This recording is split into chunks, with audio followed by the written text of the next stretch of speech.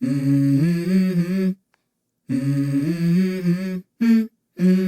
go.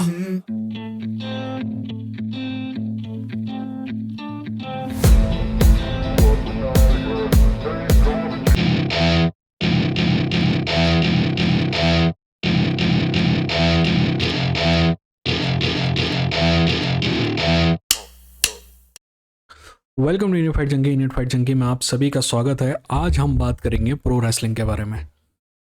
अब आप सोचेंगे कि मैं प्रो रेसलिंग के बारे में बात क्यों करना चाहता हूँ। देखिए, हम में से हर कोई कहीं ना कहीं से ट्रांजिशन करते हुए एमएमए में आया है। कोई बॉक्सिंग से आया है तो कोई दुनिया भर में कुछ लोग मुay थाई और किक बॉक्सिंग से भी आए हैं। बट हमारे यहाँ ना तो बॉक्सिंग का भी कल्चर है, नॉर्थ ईस्ट में है और कुछ इलाकों में है नॉर्थ में। बट पूरे देश में बॉक्सिंग का कोई कल्चर ऐसा यूनिवर्सल कल्चर नहीं है। कुछ लोग जो हैं और जो बाकी बचे हुए लोग हैं वो एमएमए में आए हैं प्रो रेसलिंग से। तो जो प्रो रेसलिंग से जो लोग आए हैं ना, उनके बारे में मेरा मानना है कि they don't have to feel bad about it. मैं खुद प्रो रेसलिंग देखता था और उसी से धीरे धीरे 2006 के आसपास ट्रांजिशन हुआ, है ना। मैंने प्रो रेसलिंग देखना 2004 में बंद कर दिया था, बट एमएमए देखना 2006 के आसपास चालू किया, बस प्रो रेसलिंग से जुड़ा होने के कारण, है ना। हो सकता है कि आप में से कई लोग ऐसे ही होंगे। प्रो रेसलिंग एमएमए का इंपॉर्टेंट पार्ट इसलिए है क्योंकि हर जो चीज़ प्रो रेसलिंग में होती है उसी को रेप्लिकेट करने की कोशिश की जाती है एमएमए में। मुझे पता है कि एमएमए में फाइट असली होती हैं, प्रो रेसलिंग में स्क्रिप्टेड होती हैं। ये हर चूतिया को दुनिया में पता है। तो किसी को अगर ये पता है तो कोई स्पेशल आदमी वो है नहीं। बट फाइटिंग के अलावा जो सारी चीज़ें होती हैं जो प्रमोशन से रिलेटेड होती हैं, गेटिंग ओवर, राइट, कि एक खिलाड़ी के दम पे दूसरे खिलाड़ी को बनाना, एक खिलाड़ी की कीमत में दूसरे खिलाड़ी को कैसे बनाया जाता है, कैसे अच्छा फाइटर स्टार नहीं बनता है और अच्छा टॉकर स्टार बन जाता है, प्रो रेसलिंग से आया है। ठीक है ना। कैसे यूएफसी को एक ब्रांड बनाया जाए ताकि लोग यूएफसी देखने आए, कॉनर मैकग्रेगर को देखने ना आए। वैसे वो दिन नहीं आए अभी, बट यूएफसी को देखने आए, मान लो डस्टिन पोरिया को देखने ना आए, है ना। कैसे, जैसे कि वो इसलिए बना हुआ है क्योंकि उनने शिक्षा किससे ली है, WWE से ली है। WWE 2001 के बाद अपने आप में स्टार है। अगर आप देखना चाहते हैं तो आप WWE देखते हैं। जब तक रोमन रेंस का जो लेटेस्ट ब्लड लाइन वाला है ना, वैसे मैं देखता नहीं हूँ, बट पॉडकास्ट सुनता हूँ मैं इनके बारे में 2-3, तो पता चल रहा है कि ब्लड लाइन वाली जो स्टोरी लाइन है वो काफ़ी अच्छी चल रही है। तो आपका ब्रांड इतना बड़ा होना चाहिए कि आपके स्टार को आपको ज़रूरत ना पड़े, ब्रांड ही इनफ हो। ये चीज़ किससे सीखी यूएफसी ने? ये चीज़ WWE से सीखी। ये मैं नहीं कहता, डेना वाइट का खुद कहना है कि विंस मैकमैन उसका आदर्श है। ठीक है। इसीलिए ये जो दुनिया है, कॉम्बैट स्पोर्ट्स की जो दुनिया है, हम सौतेला भाई ही सही प्रो रेसलिंग को उस दुनिया से अलग नहीं रख सकते। ठीक है। तो मैंने सोचा है कि मैं प्रो रेसलिंग की हिस्ट्री के बारे में बात करूंगा, इंपॉर्टेंट स्टोरीज के बारे में बात करूंगा। करंट इवेंट के बारे में तो मैं बात नहीं कर सकता क्योंकि मैं देखता नहीं हूँ, है ना। पर इस सबसे पहले मैंने सोचा कि एक वीडियो ऐसा बनाया जाए जहां मैं आपको, अगर आपने प्रो रेसलिंग बचपन से देखी है ना, या नहीं भी देखी है, थोड़ा बहुत भी देखी है, तो बहुत सी ऐसी चीज़ें हैं जो हमको पता नहीं थी। Actually I speak a very good English because of pro wrestling, right. जैसे कि ना, who the hell are you की जगह मैं बोलता हूँ हु द, आदत थी बचपन में बोलने की, who the blue hell are you, क्योंकि द रॉक ऐसा बोलता था। The bottom line is, right, rather than saying that important part is, आदत हो गई है कहने की कि बॉटम लाइन इज दैट।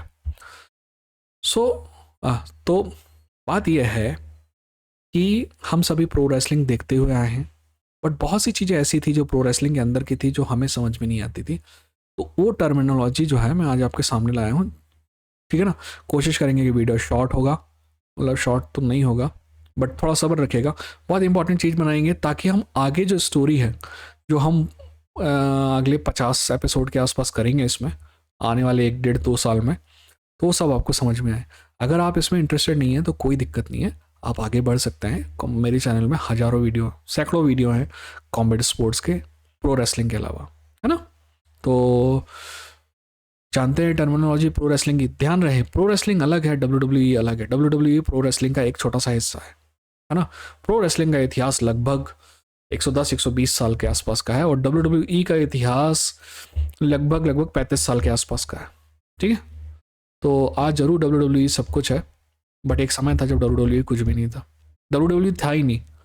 है ना। WWE के पहले WWF था, WWF के पहले WWF था। इन सब चीज़ों के बारे में बात करें उससे पहले सब्सक्राइब करिए, बेल आइकन में क्लिक करिए, क्योंकि यह कॉमेडी स्पोर्ट्स का सबसे बेहतरीन चैनल है और थोड़ा बहुत हम प्रो रेसलिंग की भी बात करते हैं। ठीक, सब्सक्राइब करिए, बेल आइकन में क्लिक करिए। मैं जब आपको समझाऊंगा ना तो मैं कोशिश करूंगा कि ऐसे समझाऊं आपको कि आपको MMA से भी उसको रिलेट करते हुए आए, ठीक है ना। ये सब मैं शुरू करूं उससे पहले एक इंपॉर्टेंट बात मैं आपसे सबको कहना चाहता हूं। देखिए, प्रो रेसलिंग इसलिए फेमस नहीं है कि उसमें नकली फाइट होती है। प्रो रेसलिंग इसलिए होती है क्योंकि वो एक स्टोरी टेलिंग मैकेनिज्म है। वहाँ पे स्टोरीज बताई जाती हैं, ठीक है ना।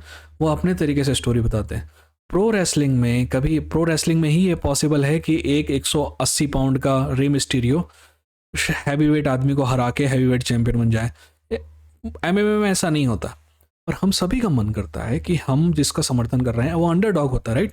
हमेशा बड़े और छोटे की लड़ाई हो रही होगी तो हम कमज़ोर का साथ देते हैं, क्योंकि हमारा दिल हमेशा अंडरडॉग के साथ होता है।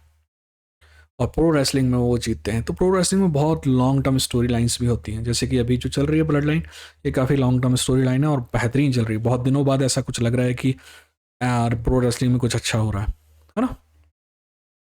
तो अब शुरुआत करते हैं टर्मिनोलॉजी से। सबसे पहली जो टर्मिनोलॉजी है, पहली बात आपको समझना पड़ेगा कि ऐसी टर्मिनोलॉजी आई क्यों। ये जो टर्म्स है ना, इनकी ईजाद इसलिए की गई क्योंकि पहले क्या होता था कि वैसे मैं जब आपको कहानी सुनाऊंगा तो आप सबको सारी चीज़ें पता चलेगी, बट फिर भी आप मोटा मोटा समझ लीजिए। देखिए, सबको पहले से ही लगभग लगभग पता था कि प्रो रेसलिंग जो है वो स्क्रिप्टेड है, बट ऐसा ऊपर नहीं था। ये सारे के सारे लोग प्रिटेंड करते थे कि ये सारी चीज़ें जो हैं असली हैं, तभी तो लोग, है ना, लोगों को जब विश्वास रहेगा तभी वो देखने आते थे। जब तक विंस मैकमैन ने एक्चुअली एथलेटिक कमीशन से बचने के लिए जब तक ये घोषणा नहीं की थी कि ये स्क्रिप्टेड नहीं है, तब तक ये ऐसा माना जाता था। कम से कम इसका रेसलिंग वाले नहीं बोलते थे कि ये फेक है, बाकी सारी दुनिया बोले। तो उस समय की बात है, तो उस समय जब एक जगह से दूसरी जगह मैसेज पहुंचाना होता था तो इन टर्म्स का उपयोग किया जाता था, है ना। वो सीधे तो नहीं कह सकते ना कि यार ये जॉन सीना हारेगा, है ना। मतलब वो जब मैसेज भेजते थे टेलीग्राम के थ्रू कि यार यहाँ पे जो मैच हो रहा है हमने तय किया है कि जॉन सीना हारेगा। अब जॉन सीना क्या है? जॉन सीना एक प्रकार से हीरो है, राइट, गुड कैरेक्टर है। वो तो ऐसा कह नहीं सकते थे कि जॉन सीना हारेगा, नहीं तो सबको पता चलता है कि यही है। तो इनके लिए टर्म्स ईजाद की गई। तो हीरो जो होता है, जो गुड गाय होता है, उसको रेसलिंग की टर्म में जो सबसे पहली और सबसे इंपॉर्टेंट टर्म है उसको कहा जाता है बेबी फेस, है ना। बेबी फेस की खासियत होती है, पहली बात तो बेबी फेस जो है अच्छे अच्छे काम करता है, अच्छा अच्छा होता है, जॉन सीना टाइप। दूसरा सिंपल है, हीरो होता है। दूसरा बेबी फेस हमेशा अंडरडॉग होता है, जैसे कि जॉन सीना है। मैं जॉन सीना का एग्जांपल इसलिए ले रहा हूँ क्योंकि जॉन सीना को अंडरडॉग बोलना ही मुश्किल है, उसकी बॉडी देख के लगता नहीं कि वो कहीं भी अंडरडॉग होगा। तो क्या होगा कि सामने वो जॉन सीना जिस फाइट कर रहा है ना, तो सामने वाला बेईमानी करेगा, तो बेईमानी करके जॉन सीना को अंडरडॉग कर देगा। तो जॉन सीना हमेशा हारे या जीते लोगों की नज़र में हीरो बना रहेगा। That is called baby face. एक एंटी बेबी फेस भी होता है, समझना, विलेन नहीं, anti baby face. The rock और stone cold Steve Austin anti baby face है। ये प्योर बेबी फेस नहीं है क्योंकि कभी कभी बेईमानी करते हैं और बिल्कुल नियम कायदे कानून नहीं मानते, जबकि बेबी फेस सारे नियम कायदे कानून मानता है, राइट। वो टूथब्रश करके सोता है और सुबह उठते ही साथ टूथब्रश करता है। बट कुछ जो लोग हैं जो हैं तो अच्छे ही, राइट, उनके कैरेक्टर अच्छे हैं, बट वो चीज़ों को जैसी हैं वैसे नहीं करते हैं, कुछ कुछ गड़बड़ करते हैं। तो that they are called anti baby face. जैसे इंडिया में चलन चालू हुआ एंटी हीरो का। पहले क्या होता था कि जितने भी हीरोज रहते थे ना, बिल्कुल सीधे साधे रहते थे, कोई भी बुरा काम नहीं करते थे। फिर अमिताभ बच्चन का जब उदय होता है ना, तो हीरो क्या है, स्मगलर भी कर रहा है, स्मगलिंग भी कर रहा है, गैम्बलिंग भी कर रहा है, चीटिंग भी कर रहा है, पर फिर भी वो हीरो है। समझ रहे हैं हीरो और एंटी हीरो में फ़र्क? ठीक वैसे ही बेबी फेस और एंटी बेबी फेस में फ़र्क। अगली बात जो इंपॉर्टेंट आपको समझनी है वो है दूसरी जो टर्म है, बेबी फेस का उल्टा है विलेन, और विलेन को रेसलिंग की टर्म में कहा जाता है हील, ठीक है ना। हील जो है, पहली बात तो हील हमेशा अंडरडॉग नहीं होगा, फेवरेट होगा, यानी कि हील मजबूत होगा। और अगर मजबूत नहीं है ना, यानी कि नॉर्मल फाइटर से ज़्यादा बड़ा फाइटर नहीं है ना, तो वो कमीनापन करेगा, बेईमानी करेगा, राइट। एक फाइटर से अपने दोस्तों से दोस्तों को लेके आएगा वो, राइट, ग्रुप बनाएगा, इस तरीके से वो हमेशा बेईमानी करके जीतेगा, अगर जीतेगा भी तो। That's why he is called a villain, heel. अब आपको समझना है इंपॉर्टेंट चीज जो MMA से रिलेटेड है। आपको लिए जीएसपी हीरो है, आप जीएसपी को देखने जाएंगे, वो आपका बेबी फेस है ना। आपके लिए कोबी कविंगटन विलेन है, वो आपका हील है, आप उसको पिटते हुए देखना चाहेंगे, राइट। जब एक को देखने जा रहे हैं ताकि वो पीटे, दूसरे को देखने जा रहे हैं ताकि वो पिटे, आप किसी भी कारण से जाइए ना, आप फाइट देखने तो जा रहे हैं ना। इसका क्या मतलब हुआ, जब आप फाइट देखने जा रहे हैं तो उसका सिंपल मतलब हुआ कि वो दोनों फाइटर, एक जिसको आप पीटते हुए देखना चाहते हैं, एक जिसके द्वारा पीटते हुए देखना चाहते हैं, दोनों ही ओवर है ना। गेटिंग ओवर, इसको ओवर टर्म जो होती है ये रेसलिंग में यूज़ की जाती है कि दोनों ही ओवर है, यानी कि बेबी फेस भी ओवर है और हील भी ओवर है। एक को पीटते हुए देखना चाहते हैं, दूसरे के द्वारा पीटते हुए देखना चाहते हैं, ठीक है। तो ये 3 टर्म हो गए, बेबी फेस, हील और ओवर, है ना। मेरे ख्याल से 10 मिनट का हो गया वीडियो, तो इसको यहीं बंद करते हैं। अगले वीडियो में मैं इसके बाद की टर्म बताऊंगा, आप बताइएगा कि ये वीडियो कैसा लगा, है ना। अगले वीडियो के साथ आपको मिलते हैं, तब तक अपना ख्याल रखिए। वैसे ये बताया कि ये वीडियो जो है ये मेंबर्स के लिए अवेलेबल होगा, और आपके लिए पता नहीं कब रिलीज़ होगा, ये पता नहीं। वैसे मैं आज 8 अगस्त को बना रहा हूँ, 8 अगस्त 2023 को, इतना बता देता हूँ, ठीक है ना। तो अपना ख्याल रखिए, अपनों का ख्याल रखिए। ये था इंडियन फाइट जंकी, लड़ेंगे जीतेंगे।